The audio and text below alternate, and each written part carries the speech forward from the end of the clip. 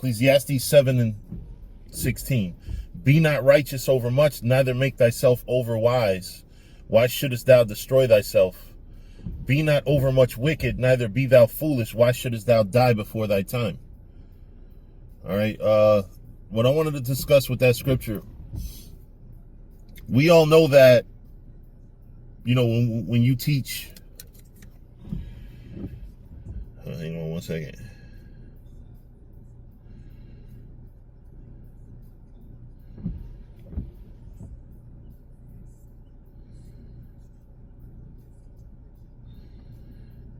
I'm so sorry. It's work related stuff. But when we teach people the truth for the first time,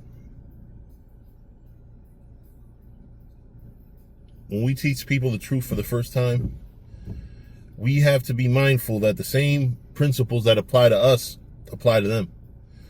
So you have to kind of baby a brother that you teaching that's brand new, that doesn't know. I'm gonna give you an example of when I failed to do that. Me and a bunch of brothers. We got such a kick. We had a brother that was in high school still. I mean, at this point, he's probably over 40, or at least close to 40. But when he first came into the truth, he was still in high school. He was about 16, 17 years old. So he was about 4 or 5 years behind us.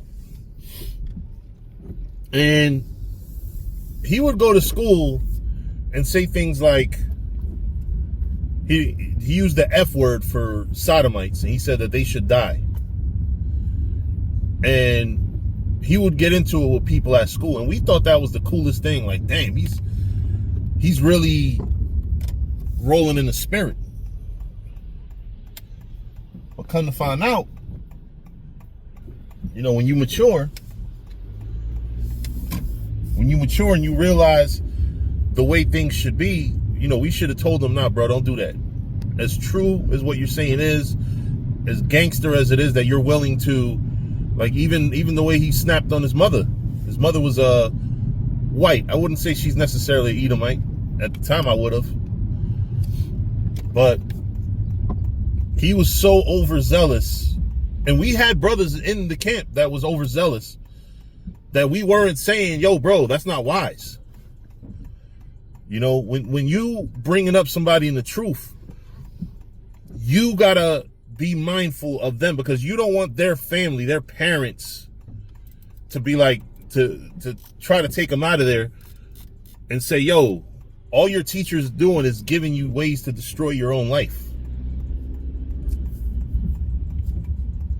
And not only that, it's not for the parents. It's for them literally not to destroy their own lives. But the reason why I bring up the parents is because what happens is the parents talk them out of the truth, because you failed to prepare them for all of that. And you're sitting here caught up on how cool it is. Oh yeah, he's over here rebuking demons and saying sodomites should die, and he's so zealous. And sometimes you realize you don't realize the ones that are righteous over much, the ones that are super, like, just gotta go out there and not go out there and teach, because you're always supposed to go out there and teach. But what I'm saying is, when you're raising up a young mind, you don't want to raise up you want to raise up that young mind so they have success over time teaching the word, not so that they could just make a bunch of people mad because they're an Israelite. See, I was taught how to be an Israelite, how to learn a lot of scriptures. And I got to be honest with you, I had some very mature teachers that probably didn't understand the power that being a Israelite had over me, where I was like that too. I would offend people, not that bad, because I was in college at the time. Matter of fact, I was in college when 9/11 happened. When I came to college, and I was very insensitive in the way I was speaking, because I knew what time it was with 9/11. I knew that it was not what people were saying it is. But I was talking to people who thought that they knew what it was. So we have a responsibility, all right? If if you don't want to be destroyed by being too overzealous for the truth, if you don't want to be destroyed and your life to be in shambles because you spoke too soon or you said certain things that were insensitive, so now you have a lifelong scarlet letter, so to speak. Now people are going to look at you like, yo, this nigga's a crazy conspiracy theorist. You know, you don't want that. And the same way you don't want it for yourself, don't want it for your fruit. Don't want it for the people that you're teaching. Right? Tell your young men, listen, when you bring up a young man in his faith, it's a lot of work. It really is. You have to show them how not to destroy themselves, because the information that we have, if we let people just go out there in the streets without bringing them up and really educating them and elevating them mentally and being and teaching them how to be mature with this information, they'll go around and just blab it around to everybody. Yeah, do you know that such and such is the devil? Oh yeah, you have niggas cursing their sisters out and shit, cursing their mothers out. You know, so you have to be very careful how you present this word and what you instruct your young people to do. And definitely you have to make sure, as best as you can, that they are not just out there carelessly saying things that are true. Because it's one thing to tell the truth, and it's one thing to say things that are true. Right? I could go out there in the world and say, hey, Esau's the devil around a bunch of Edomites. I'm saying something that's true, but am I teaching the truth? Who the fuck is learning? You know, so y'all got to be very careful. We all got to be very careful when you bring up a fruit. Remember, the same rules that apply to you is going to apply to them. If you don't want to destroy, if you've already come to the point where you realize and know how to live with this truth, because it's a very important thing to understand that living with this truth and being in the truth is not the same thing. You got a lot of men that are so overzealous that they can't keep a job because they go full camp mode every fucking job they go to. Oh, it's a bunch of sodomites here and it's not right. Okay. Do that, nigga. You won't be able to get your bills paid. You got to know when to fight the fight. Some niggas don't understand. You know, I done had kids. I've known of kids getting put out their house because they cursed their mother out. Because that's another thing too. You got to realize the age level of the person that you teaching. Because everybody's not a grown adult. You know, just because the scriptures say a man is a man at a certain age doesn't mean the man that you teaching that's 14 years old knows what the fuck he's doing with this word. So y'all got to be very careful, because this is a very dangerous thing that you could potentially be signing up somebody for. Also, do you think that a 14-year-old or a 15-year-old is able to make a lifelong decision to be in the truth while counting the costs and doing everything? They're signing up for something that they don't know fully what's going to happen as they get older. You know, I signed up for this truth at 20 years old. And I don't regret it one bit. But you're going to have men that are going to sign up for this truth at a young age and be like, damn, if I knew I was going to have to give up all this or all this was going to be the problem, you know, because you don't want to trick people into the truth. Those are the ones that are going to fall out at some point and blame you for it.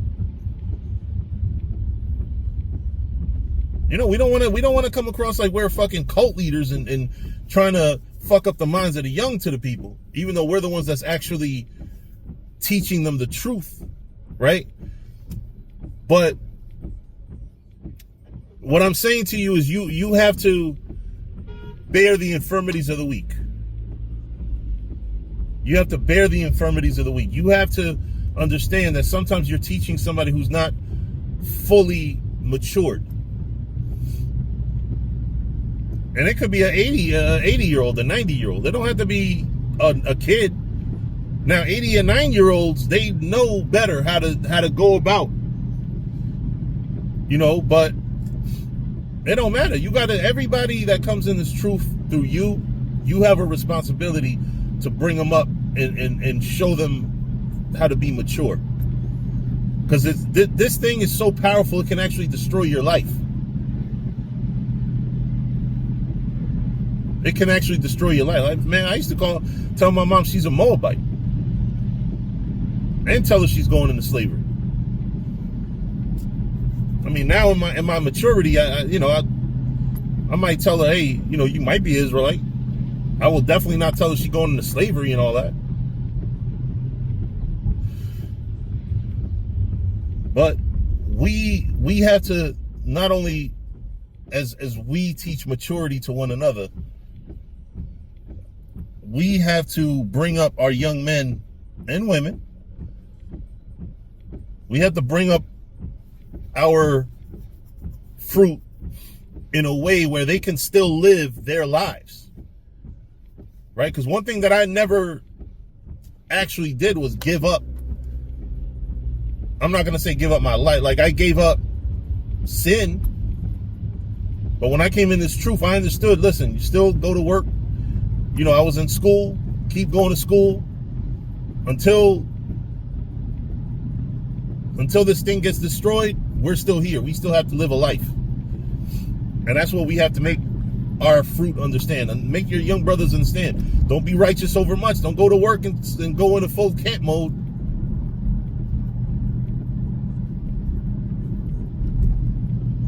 Don't destroy yourself. Don't destroy yourself.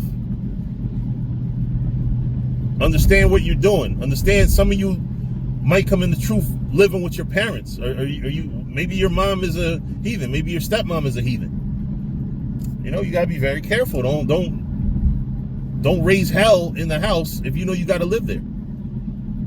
Same thing. Don't raise hell at your job if you know you gotta work there.